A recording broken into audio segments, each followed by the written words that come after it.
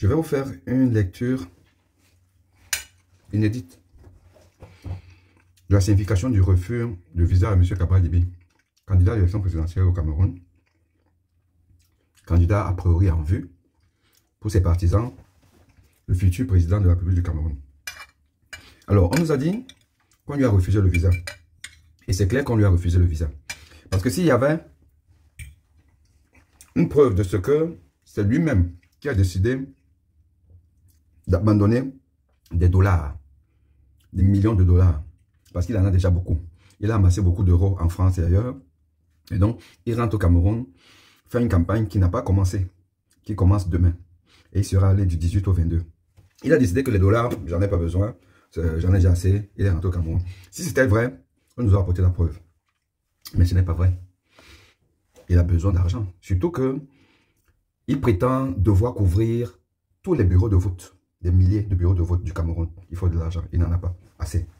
Et d'ailleurs, l'argent ne suffit jamais. On s'avait dit que c'est quelqu'un qui aime particulièrement l'argent, qu'il est violent avec l'argent. Donc, il ne peut pas nous dire qu'il sursoit à son voyage aux États-Unis. On lui a refusé le visa.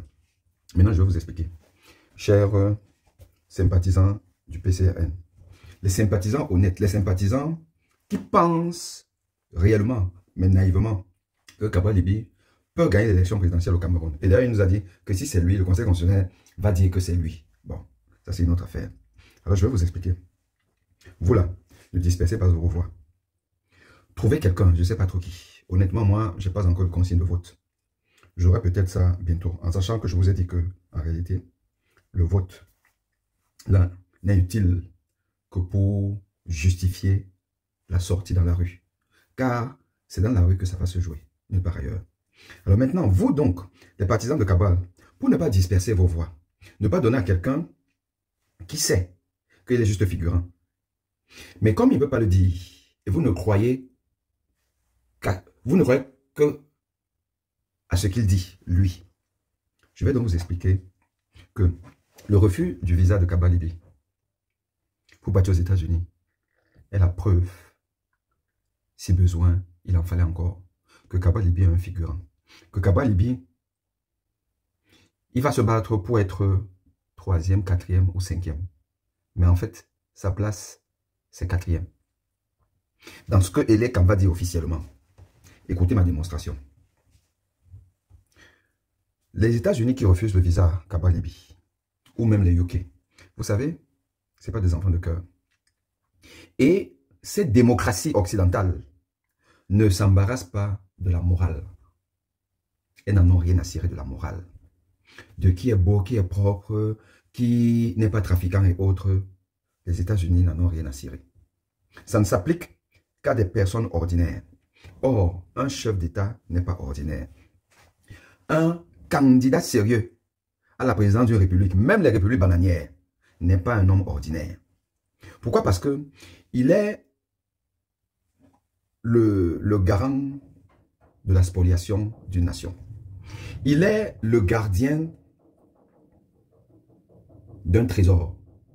Un trésor dont a besoin les grandes nations. Les États-Unis aujourd'hui sont très décomplexés quant au fait qu'ils viennent chez vous pour prendre leur part. Ils n'en ont rien à cirer des droits de l'homme, de la vertu. Ce n'est pas leur problème.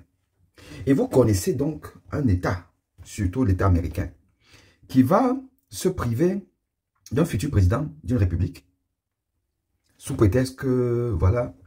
Mais Paul Biya, c'est quelqu'un qui doit faire la prison. C'est quelqu'un qui, normalement, doit être traduit à la Cour pénale internationale. Paul Biya, c'est un génocidaire. Les États-Unis le savent. Mais pourtant, Paul Biya va aux États-Unis s'il veut. Il y a été il y a encore quelques années. Or, c'est depuis des décennies que Paul Biya est génocidaire. Si Cabral Libby était un candidat sérieux, il n'y a pas plus renseigné que les États-Unis.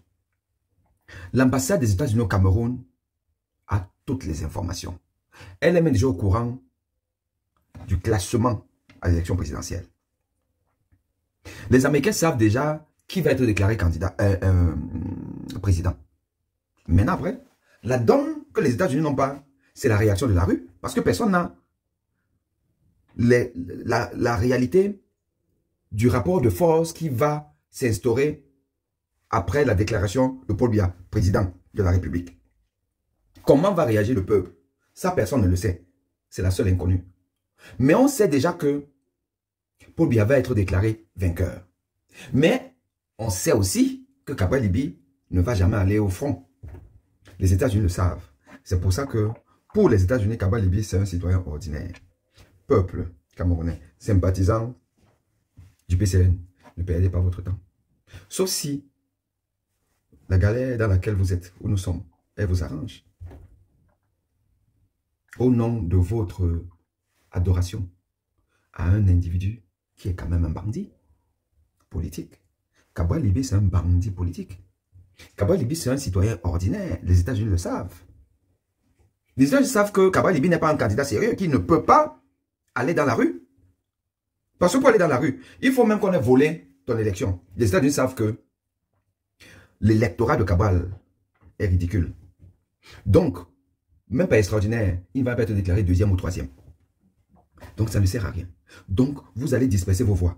Alignez-vous, peuple camerounais, les cabalistes. Soyez pas idiots. Coupez ça.